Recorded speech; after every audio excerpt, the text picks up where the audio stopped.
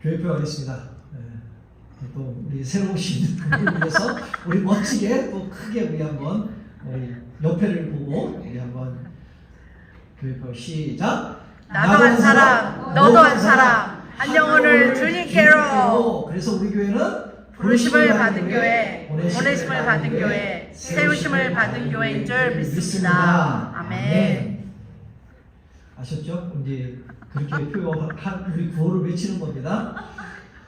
한 주간도 잘 계셨죠? 한 주간도 하나님의 은혜 가운데 또한 보살핌 속에서 잘 계셨을 줄 믿습니다. 우리 지난주 장로님께서 환난 속의 축복의 삶이라는 그러한 제목을 가지고 한번 나누어 봤는데 여러분들 기억하시나요? 지금도 그 말씀을 여러분들이 한 주간 환난을 하지만은 고통 가운데지만은 그래도 하나님이 주신 그러한 축복의 삶으로 여러분들이 사셨는 줄 믿습니다. 제가 질문 한 가지 하겠습니다. 여러분들은 지금 복을 받고 계십니까? 아멘. 정말 복을 많이 받고 계십니까? 아멘. 그렇다면 여러분들이 복을 받는 것 중에서 복만 받지 않고 여러분들 상대방한테 복 받으세요 라고 말을 하죠. 또한 복된 하루가 되세요 라고 말을 하는데 이 말을 얼마나 자주 하고 계십니까? 이 말은 복 받으세요 이 말은 결혼식에서도 많이 합니다. 그리고 명절에 또한 새해에도 빠짐없이 말을 하고 있는 것이 바로 복 많이 받으세요 라는 것입니다. 그런데 정말 복이 뭘까요? 복이 세상 사람들 모든 사람들은 끊임없이 나에게 복 받으세요, 복된 하루가 되세요 라고 말을 많이 합니다. 어떤 복일까요? 어떤 복을 받으세요 라고 말을 할까요? 바로 좋은 직장의 복, 그리고 건강한 그 육신의 복, 건강한 몸에 대한 복을 또 빌어줍니다. 그리고 우리가 제일 좋아하죠? 넉넉한 그 은행 어카운트의 잔고의 복, 그 물질의 복이죠. 그리고 자녀의 성공의 복, 그리고 좋은 환경의 복을 받으라고 말하고 있습니다. 이것이 복이다. 이런 것들이 있어야 성공한 인생이다라고 말할 수가 있는 것이죠. 그렇다면 여러분들은 지금 제가 말씀드렸던 직장의 복, 육신의 복, 어카운트의 물질의 복, 그런 여러 가지의 복들을 얼마나 갖고 계십니까? 얼마나 넉넉히 가지고 있으십니까? 우리 모두는 복을 누리며 살기를 원하고 있죠. 그런데 과연 저와 여러분뿐만 아니라 이 땅의 모든 사람들이 추구하는 지금의 그 삶이 진정한 복받는 삶인가? 정말 복받는 삶인가? 주님을 모르는 사람들이 말하는 복받은 사람과 오늘 본문에서 말씀하잖아요. 예수님이 말씀하시는 복받은 사람들의 사람은 과연 어떠한 차이가 있을까? 그럼 먼저 보통 사람들의 생각하는 복 있는 사람은 과연 누구일까? 물질적인 어려움이 없고 부유한 사람을 말하고 있죠. 또 사회에서나 직장에서나 어디서나 존경을 받고 맛있는 그 좋은 음식을 먹으면 또 복받은 사람이라고 얘기할 수 있습니다. 또한 경치가 좋은 곳을 아주 시간을 내어서 여유롭게 여행을 다니며 내가 하고 싶은 일을 하고 살 수 있는 사람이 복받은 사람이라고 말하고 있습니다. 그런데 오늘 예수님은 전혀 다른 말씀을 하고 계시죠. 바로 뭐라고 얘기하십니까? 가난한 자, 애통하는 자, 박해받는 자가 바로 복이 있다라고 오늘 말씀하고 있습니다. 세상 사람들, 일반 보통 사람들과 예수님은 이 복에 대한 차이점을 이렇게 말씀하고 있잖아요. 애통하며 가난하고 박해받은 자는 복이 있다. 세상에서 보기에는요, 좀 실패하는 사람들 같고 낮은 자 같고 아픈 자 같고 불쌍한 자 같은 사람들은 예수님께서는요 복 있는 사람이라고 말씀하고 있는 것입니다. 어쩌면 이런 것이 이해될까요? 상식적으로 이해되지 않습니다. 그러나 예수님은 하나님의 나라의 복을 말씀하고 계시는 줄 믿습니다. 아멘. 그렇다면 나는 진짜 복된 인생을 살아가고 있는가? 여러분들은 진짜 복된 인생을 살고 계시다고 생각하십니까? 오늘 본문 5장에서는요 팔복과 함께 구약 율법보다 더 깊고 날카로운 그런 삶의 기준을 오늘 말씀하고 있습니다. 그리고 6장에서는요 여러분들이 다 알고 계시죠? 외식적인 그 종교 행위를 말씀하고 7장에는 더 여러분들이 잘 알고 있을 것입니다. 진짜 믿음의 길, 그 좁은 길로 들어가는 그 헌신을 요구하고 또한 말씀하고 있는 것이죠. 그런데 이 모든 말씀의 시작이 바로 하늘의 삶을 열어가는 첫 관문이 바로 오늘 말씀하는 팔복이라고 말씀하고 있습니다. 그래서 오늘과요 다음 주일을 팔복에 관해서 2주를 연속으로 해서 팔복에 관해서 함께 나누고자 합니다. 그럼 먼저 1절 2절에 이렇게 말씀하고 있습니다. 예수께서 무리를 모시고 산에 올라가 앉으시니 제자들이 나온지라 입을 열어 가르쳐 이르시되.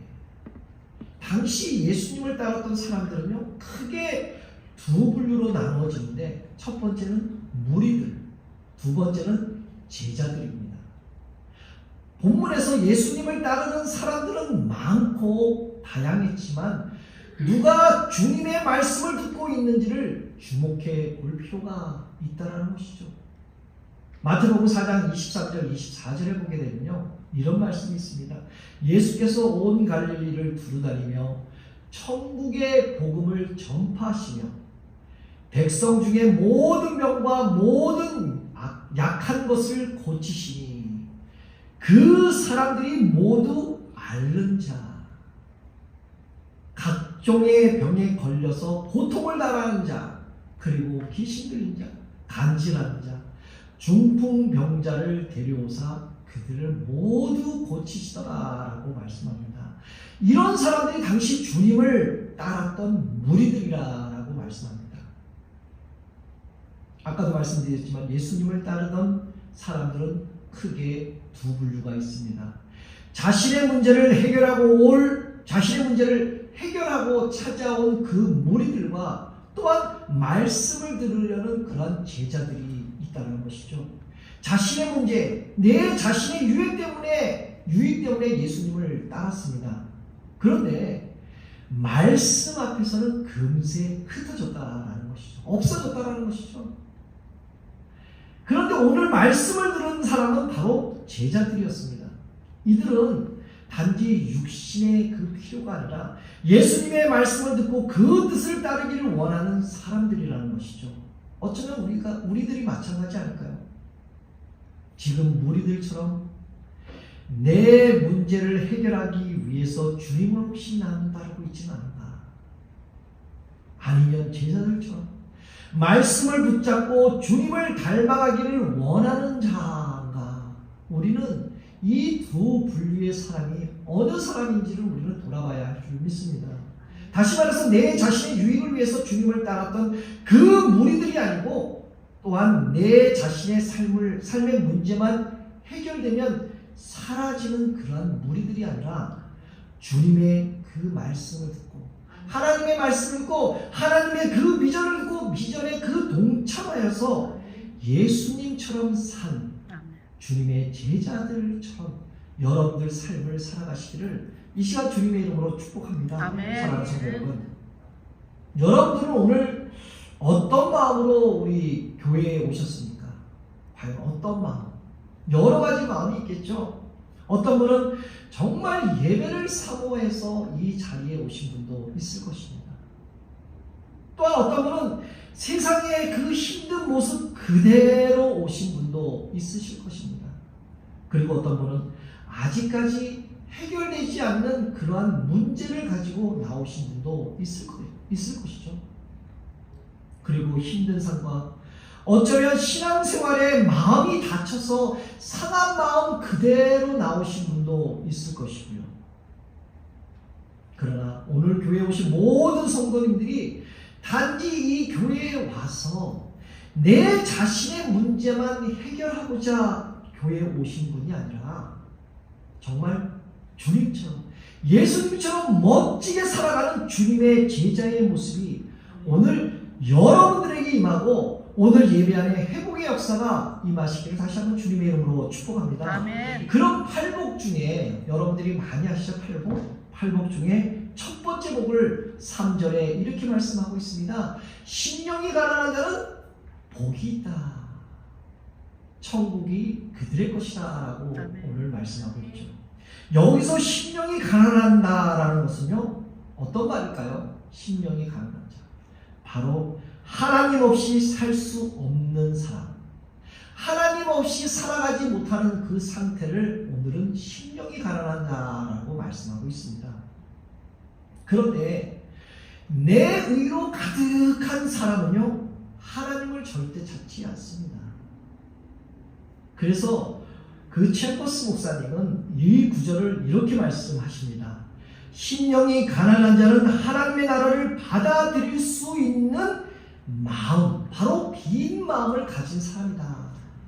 심령이 가난한 사람, 바로 하나님의 그 나라를 100% 받아들일 수 있는 빈 마음을 가진 사람이 바로 심령이 가난한 사람이라고 오늘 이 목사님은 말씀하고 있습니다. 여기서 가난하다. 이 헬라어로는 구걸하다, 다른 사람의 도움이 없이는 살아갈 수 없다라는 말이 바로 가난하다라는 것이죠. 다시 말해서 모든 것을 잃어버리고 비참하게 된 사람, 그래서 모든 의욕과 기력이 상실되고 위축되고 웅크린 사람을, 바로 이런 고통받는 사람을 오늘 가난한 사람이라고 말하고 있습니다. 그런데 그 앞에 심령이라는 말이 있잖아요. 심령. 목회를 하다 보면요, 정말 가난한 분들을 많이 만나게 됩니다. 하지만 그분들이 정말 가난해서, 물질이 없어서 복이 없는 걸까요? 가난해서 정말 가난한 걸까요? 물질이 없어서가 아니라고요. 물질 앞에서 인색해서 하나님의 풍성함을 모르고 세상의 지식만 가득 차서 하나님의 진리가 들어갈 자리가 없는 사람, 바로 그분들이 가난한 사람이라는 것이죠. 오늘 현실을 바라본다면 내 자신밖에 모르고 이기적이 살다가 결국 많은 사람들에게 손가락 받으며 외롭게 살아가는 사람을 바로 가난한 사람이라고 말할 수 있는 것이죠. 그 반면에 가난한 삶은요, 축복이 될 수도 있다는 것이죠. 물질을 잃고 파산을 해서 가난하게 된 사람도 있지 않습니까? 육체적인 그 건강을 잃어서 가난해진 분도 있습니다. 친구와 부모님을 잃어서 내 자신이 가난한 사람도 있을 것입니다. 어떤 분들은 이분들이 복 있는 사람이라고 할 수 있겠죠. 어쩌면 이 가난하고 부모가 없어지고 물질을 잃어서 가난해지고 건강이 없어서 가난해진데 이게 정말 가난한 사람이라고 말할 수 있을까요? 사랑하는 성도 여러분, 하나님께서는요, 우리의 강함이 아니라 우리의 빈 마음에 가난한 마음을 허락하여 주실 줄 믿습니다. 여러분, 우리가 정말 하나님 없이 안 되는 인생들 아닙니까? 하나님 없이 우리가 단 한순간도 살 수 없는 그런 인생들이잖아요. 그래서 오늘 저는 우리 소망장로교회 모든 성도님들이 자신의 삶을 겪고 부족함과 실패가 주님을 깊이 만나는 그러한 통로가 되시기를 소망합니다. 아멘. 축복합니다. 심령이 가난함으로 그 사모하는 마음에 정말 예수님을 깊이 만나는 은혜를 누리시고 이 땅에서 천국을 소유하며 진짜 정말 심령이 가난한 그런 복된 인생을 살아가시기를 다시 한번 주님의 이름으로 축복합니다. 아멘. 그리고 두 번째 복을 4절에 이렇게 말씀하고 있죠. 애통하는 자는 복이 있나니 그들이 위로를 받을 것이라 라고 말씀합니다. 애통은 단순히 슬퍼하는 게 아니라 내 죄를 보고 애통하는 마음, 바로 세상의 아픔에 내 마음을 아파하는 사람을 바로 애통하는 사람이라고 오늘 성경은 말씀하고 있습니다. 애통하다라는 이 의미가 과연 무슨 의미를 가질까요? 마음이 아프다. 가슴이 쓰려서 표현할 수 없는 그 마음이 아픈 상태를 오늘 애통한다라고 말할 수가 있습니다. 안타까운 마음으로 여러분들은 누구를 위해서 애통하며 눈물을 흘린 적이 아마 많이 있으실 것입니다. 누구를 걱정해 주시고 누구를 기도하는 가운데 애통하는 마음으로 눈물을 흘리며 그렇게 기도해보고 생각해보고 마음을 전해줄 때가 참 많이 있었을 것입니다. 그래서 제자의 삶은요, 나를 핍박하고 나를 비난하고 심지어 나를 총을 겨누는 그러한 사람들에게 향해서도 애통하는 눈물을 흘리며 기도하는 삶이라고 바로 말씀하고 있습니다. 그런데 애통하며 눈물을 흘리는 것이 그렇게 쉽지는 않잖아요. 정말 애통하며 남을 위해서 기도하는 것이 그렇게 쉽지 않습니다. 그러나 사랑하는 성도 여러분, 눈물의 기도는 사람을 바꾸는 힘이 생길 줄 믿습니다. 그래서 애통하는 눈물은요, 하나님이 주신 가장 귀한 선물이고 복이 있는 줄 믿습니다. 그러므로 우리 교회는요, 서로 향한 그 애통의 눈물이 치료가 되어서 위로받고 복을 누리시기를 다시 한번 주님의 이름으로 축복합니다. 사랑하는 성도 여러분, 세상은 우리에게 이렇게 말하죠. 착하게 살면 손해를 봐. 착하게 살지 마. 너무 정직하게 살지 마. 부드러우면 무시를 당해. 약하게 보면 무시를 당해. 요즘은 강한 사람이 이길 수가 있어 라고 이렇게 말할지도 모릅니다.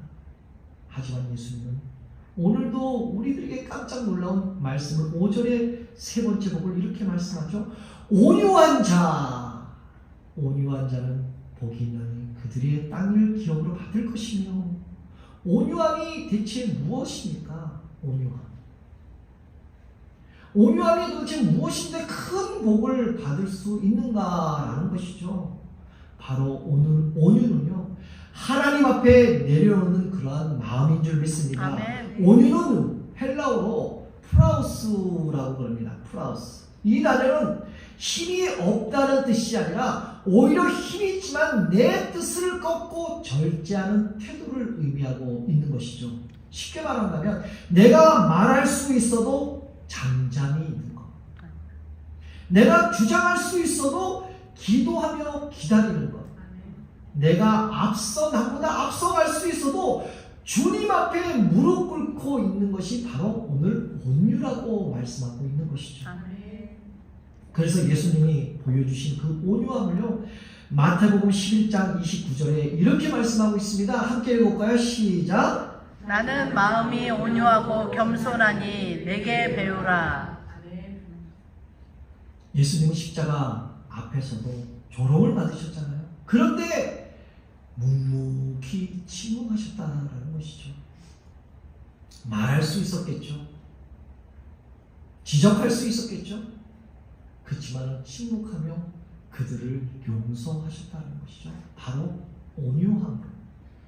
그래서 존 파이퍼 목사님은 온유를 이렇게 말씀을 하고 있습니다.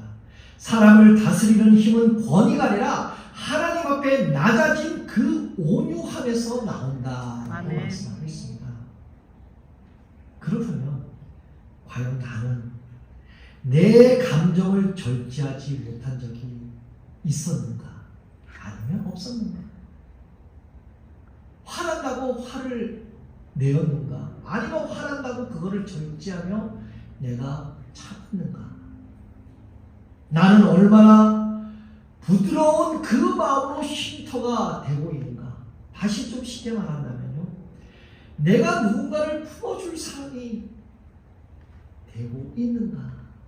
그런 마음을 가지고 있는가라는 것이죠. 사랑하는 성도 여러분, 진정한 온유는요, 내 기질을 발휘하는 것이 아니라 내 자신을 내려놓고 하나님을 선택하는 영적 선택이 바로 온유함인 줄 믿습니다. 그리고 네 번째 복은요, 6절에 이렇게 말씀하고 있습니다. 의에 줄이고 목마른 자는 복이 있다. 그들이 배부를 것이다 라고 말씀하죠. 줄이고 목마른다라는 것은 여기서 어떤 의미를 하고 있는가? 모든 사람들은요, 적어도 한 번은 배고픔을 느낍니다. 그쵸? 배고프니까 밥을 먹잖아요. 배 안 고프면 왜 먹겠습니까? 적어도 모든 사람은 한 번 이상, 하루에 한 번 이상 배고픔을 느낀다라는 것이죠.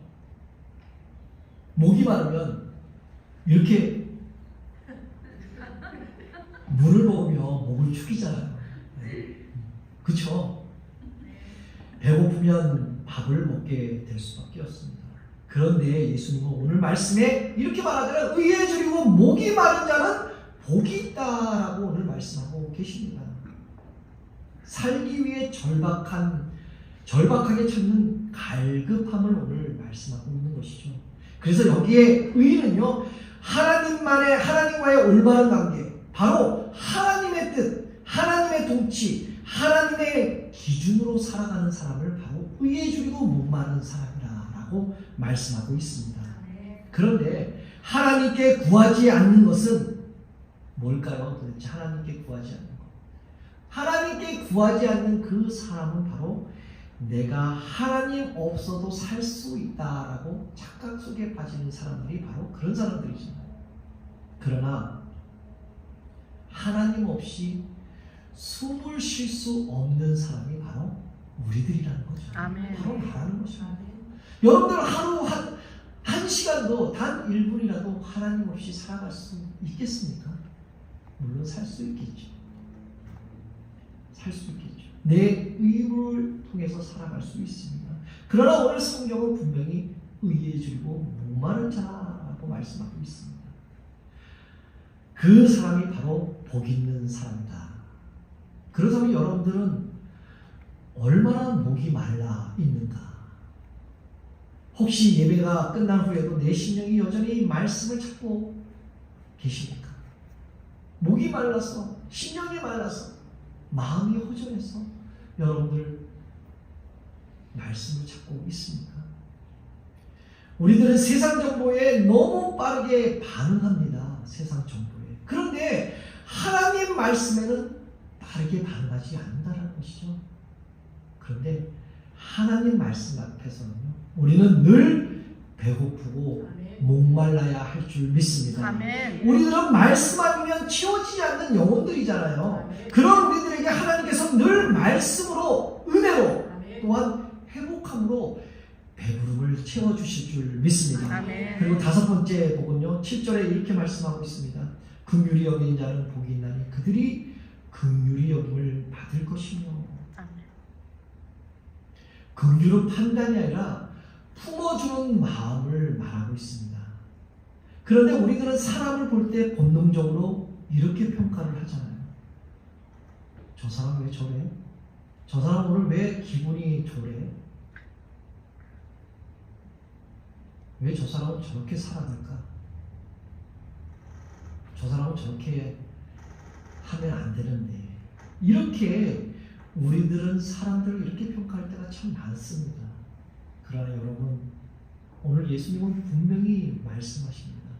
긍휼히 여기는 자가 되어라.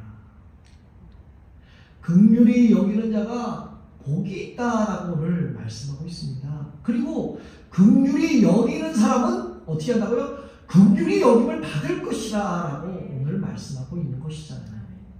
긍휼이라는 헬라어로는 엘로스라고 말하는데요, 단순히 연민이나 동정을 뜻하는 것이 아니라 그 사람의 아픔을 내 아픔으로 느끼는 마음.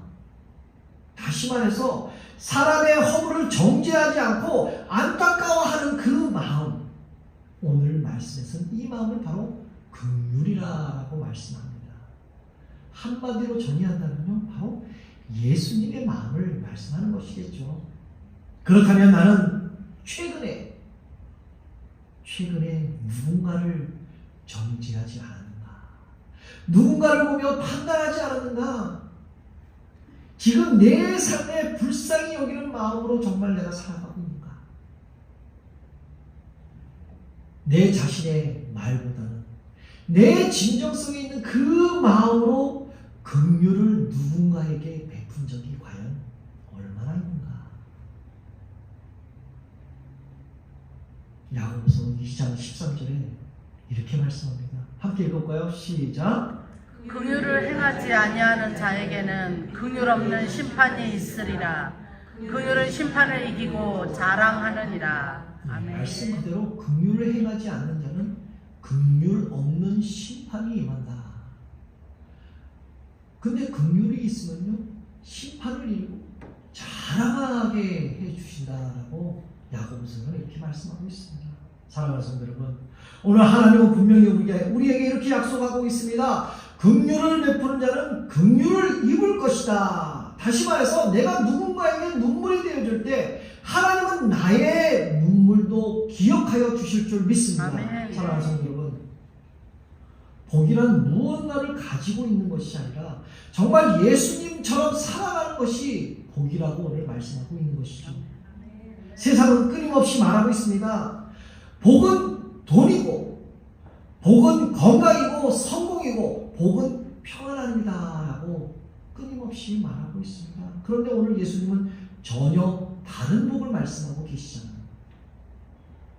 내가 부족하다고 느낄 때, 눈물로 기도할 때, 손해를 보더라도 조금 양보할 때, 말씀을 듣고도 더 갈급할 때, 용서하고 참아내고 화해를 선택할 때, 다시 말해서 내가 먼저 남에게 손을 내밀 때,